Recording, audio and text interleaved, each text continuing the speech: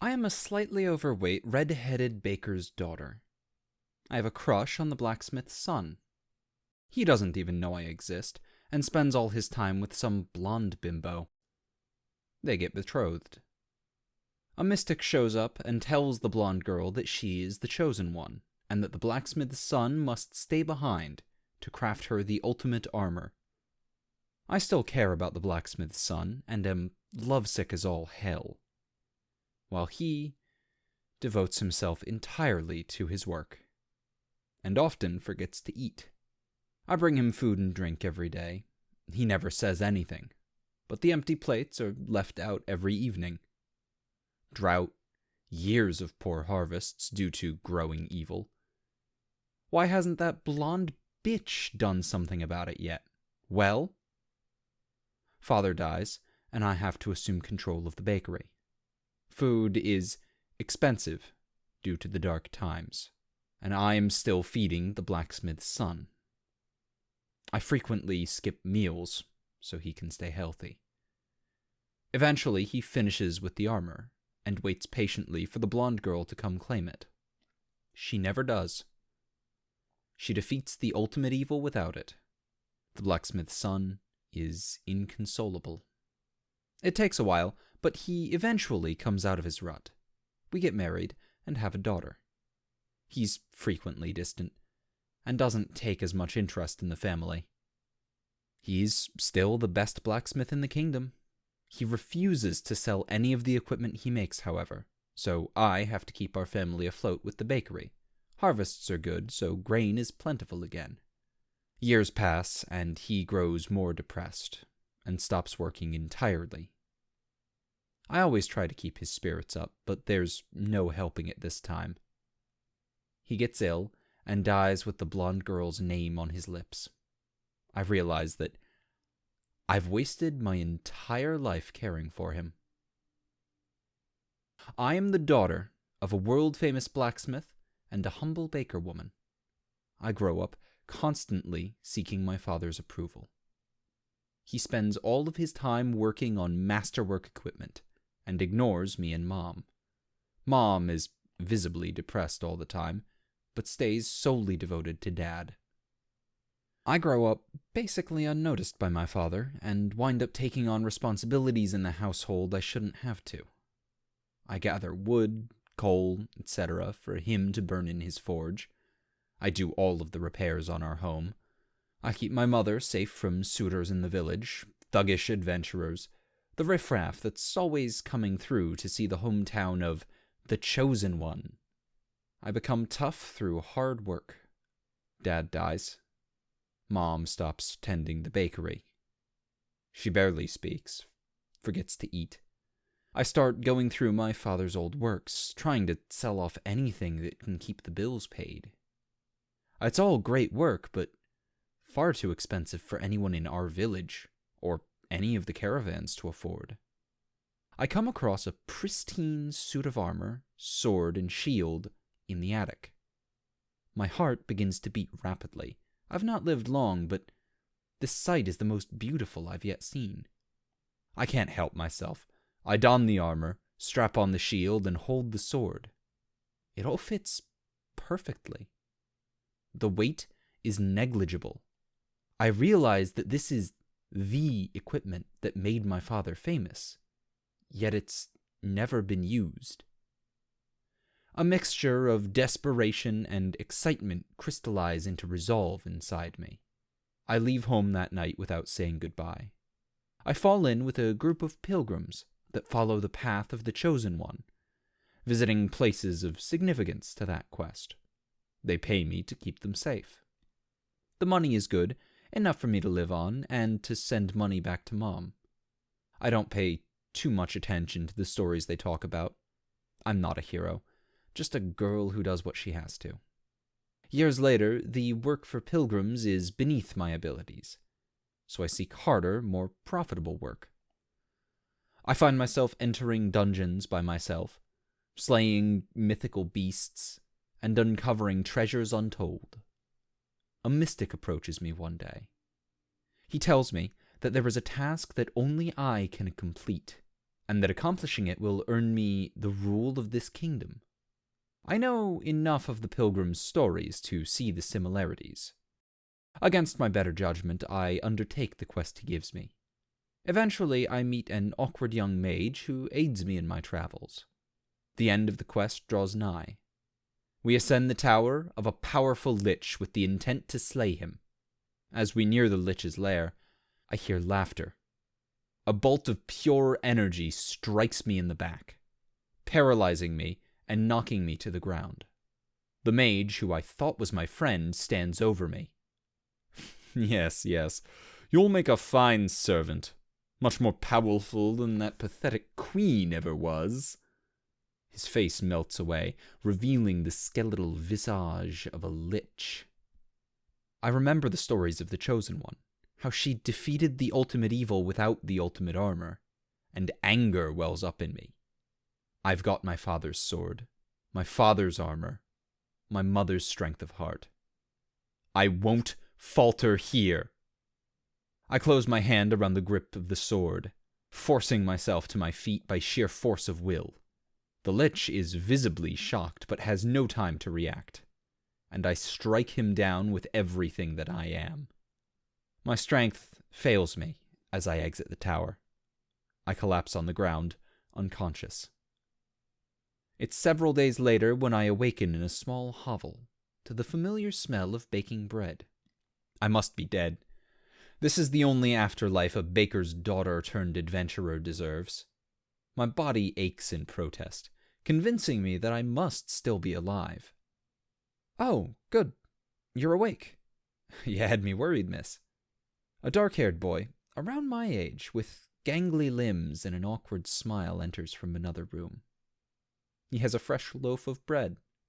He tells me that he found me collapsed near the abandoned tower across the hills to the west, and carried me back here by himself. He's really proud of that fact, though I know that my gear and my own weight can't be more than 300 pounds total. He offers to let me stay with him until I get my strength back. A few weeks pass. The baker continues to feed and take care of me in my weakened state. I should be pleased by this, but something nags at me. The story of the Chosen One, who defeated the ultimate evil. Her bumbling mage assistant. Her seat on the throne. And the armor my father crafted, but the hero never claimed. And the lich I killed. The pieces start to fit together in my mind. My work isn't over. Not yet. In the dark of night, I gather my equipment, leaving behind a sack of gold coins to repay the baker. However, as I step outside into the brisk air, a voice catches me. You're leaving, aren't you? I turn to face him, nodding soberly. I thank him for taking care of me, and tell him that I left plenty of payment inside. He is silent for several seconds. Take me with you. I'm taken aback by this, and immediately begin to tell him why I can't do that. After an hour or so, he eventually admits that he would only slow me down. I don't know what you have ahead of you, but once you've finished... He pauses awkwardly before saying firmly, I'll be here, waiting. I merely nod, leaving him and the village behind. Several weeks pass as I make my way to the capital. The queen and her lich master are waiting, no doubt. I see the walls looming on the horizon and know that this may be my final battle. I take this last moment to reflect and steel myself in preparation.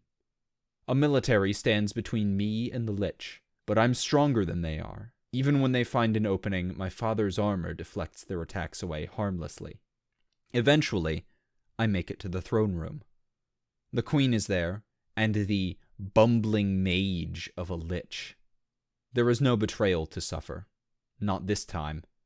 The battle is fierce. My body is pushed to its limits, and continues to exceed them through nothing but my own willpower. Suddenly, a piece of steel flashes across my face, slicing a small wound upon my cheek. My father's sword has chipped. It won't last much longer. Foolish girl, did you think that unrefined hunk of metal could stand against the sword of eternal endings? I stumble backwards, dropping to one knee as the full weight of my exhaustion hits me. The Lich continues to taunt me, insulting me for bringing inferior weapons to challenge him. I stumble to my feet again, staring him down. The Queen, the thrall of this powerful Lich, raises her sword again to strike me down. I raise my father's sword again, taking a deep breath. We both charge, meeting in the center of the throne room. A suicidal maneuver allows me to strike a clean blow, but the sword of eternal endings is given a clean opening to strike at my armor. In one instant, both swords shatter to pieces, and the Queen and I are thrown aside by the destruction of her magical weapon. My armor is destroyed, bits of metal pierce my skin, and I cannot move. My vision grows dark, but I can still hear something. I focus my mind, straining. I can hear the Lich cursing my name, and that of the Queen, and the sword, and my father. His thrall's weapon, an unbreakable sword of myth. The perfect phylactery lay destroyed, and his own life was closing on him rapidly. I'm not sure if I did it or not, but I like to think I managed to smile before it all ended.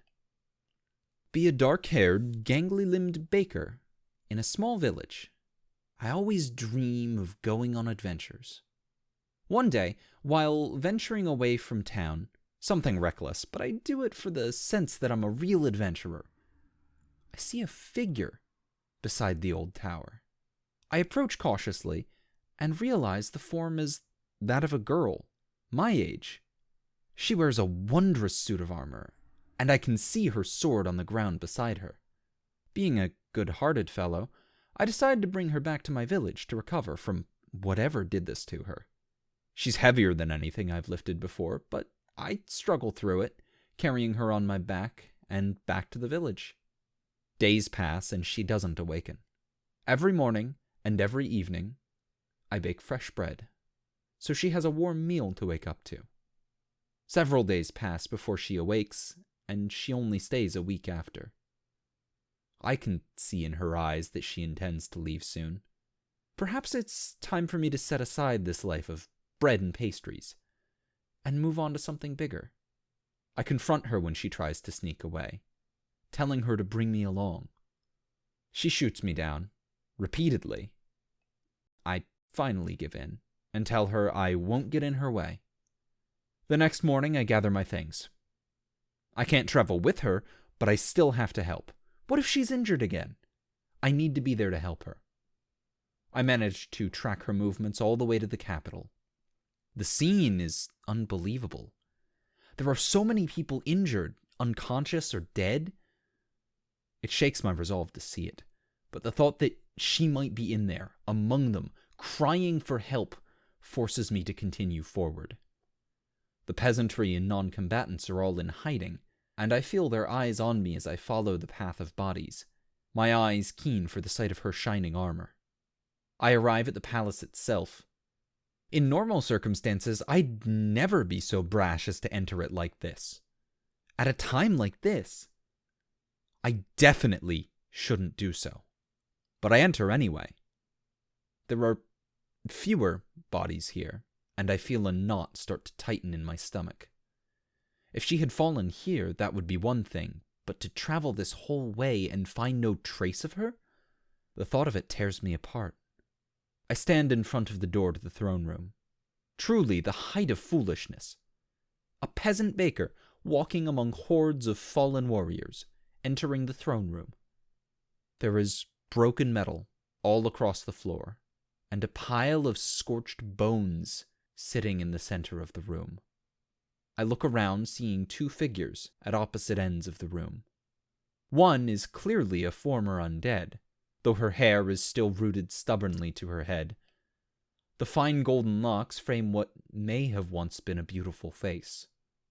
I approach the other figure, crumbled into a heap. My heart races as I see the fiery red hair of the lady adventurer. I'm tired of fighting. My father, a man so devoted to an ideal woman that he paid no mind to my mother or I.